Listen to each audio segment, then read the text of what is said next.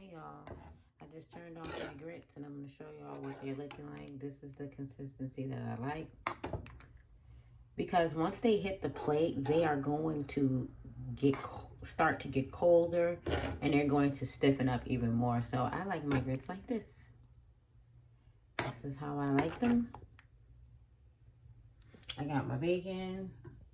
I got my eggs. Well, half because I started to make my daughter her plate. But yeah, this is what they're looking like.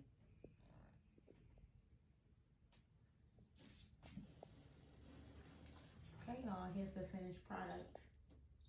Just gonna get a fork here. The steam coming from the bottom of them. You probably can't see that. You guys can see that steam coming. They're super hot. But let me show you all what the consistency is. You see? They're super smooth. They're not gritty. And that's how I like my grits. Just wanted to show you all the finished product. You can see. Yep, that's it.